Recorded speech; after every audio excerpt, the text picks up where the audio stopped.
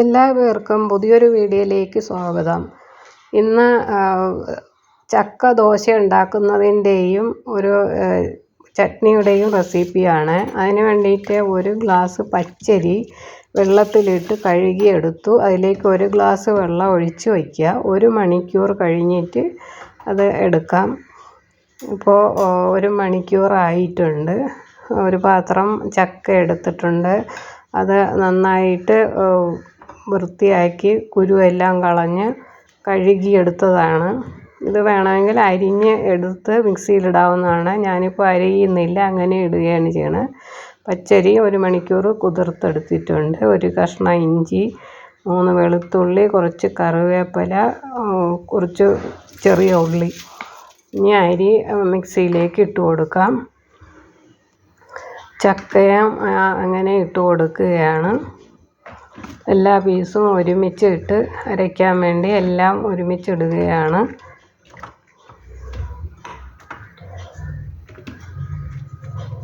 എല്ലാം ഇട്ട് കൊടുത്തു. ഇനി വെളുത്തുള്ളി ഇട്ട് കൊടുക്കാം. ഇനി ഇഞ്ചി ഇട്ട് കൊടുക്കാം.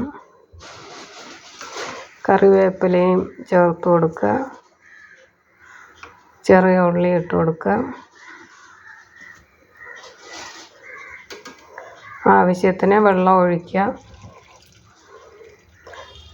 വെള്ളം അധികം ഒഴിക്കേണ്ട, കുറച്ചൊഴിച്ച് അരച്ചതിന് ശേഷം തീരെ കട്ടിയാണെങ്കിൽ മാത്രം ചേർത്താൽ മതി. ആവശ്യത്തിന് ഉപ്പും കൂടി ചേർത്ത് കൊടുക്കാം. എല്ലാം കൂടി നന്നായിട്ടൊന്ന് അരച്ചെടുക്കാം.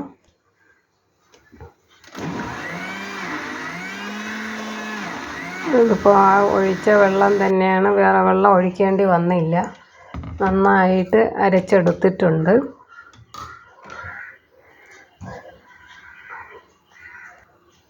നല്ല കട്ടിയിൽ തന്നെയുണ്ട്.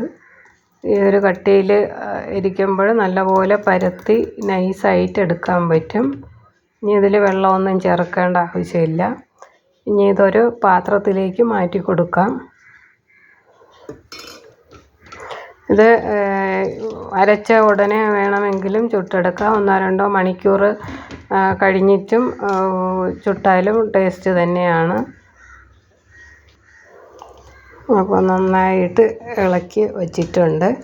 ഇനി ഇതിലേക്ക് ആവശ്യമായിട്ടുള്ള ചട്നി റെഡിയാക്കാം. അതിന് വേണ്ടിയിട്ട് ഒരു ടൊമാറ്റോ കഴുകി മുറിച്ച് വെച്ചിട്ടുണ്ട്. അത് മിക്സിയിലേക്ക് ഇട്ട് കൊടുത്തു. ഇനി ഒരു 4 ചെറിയ ഉള്ളി ഇട്ട് കൊടുത്തു. ഒരു 4 കഷ്ണം വെളുത്തുള്ളി ഇട്ട് കൊടുക്കാം. ഒരു ചെറിയ പീസ് ഇഞ്ചിയും കൂടി ചേർത്ത് കൊടുക്കാം. കുറച്ച് കറിവേപ്പില. ഇനി ഇതിലേക്ക് ആവശ്യത്തിന് ഉപ്പ് ചേർത്ത് കൊടുക്കാം.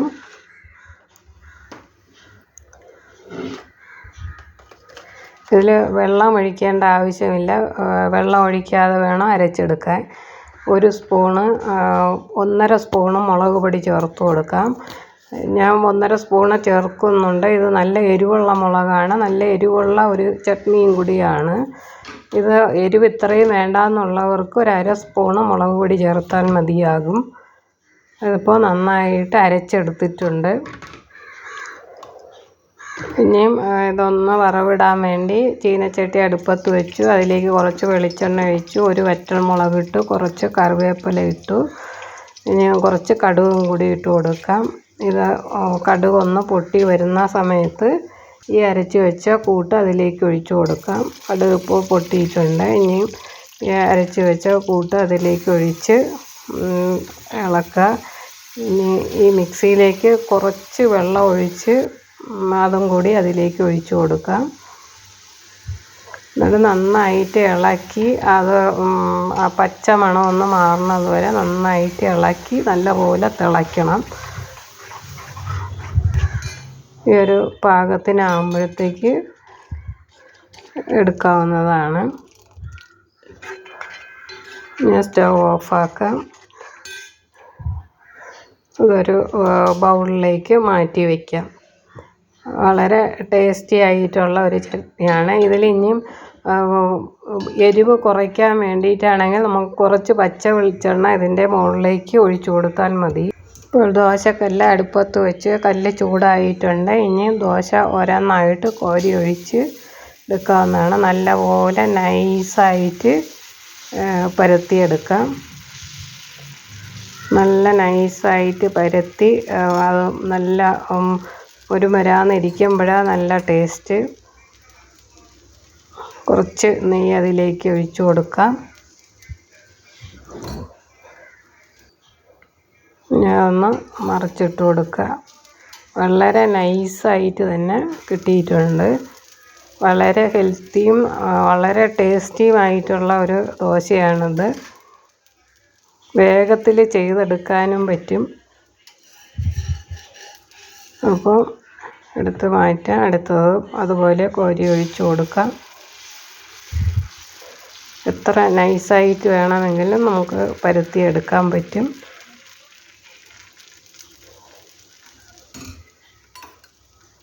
ഒന്ന് ഇതും കൂടി എടുക്കാം.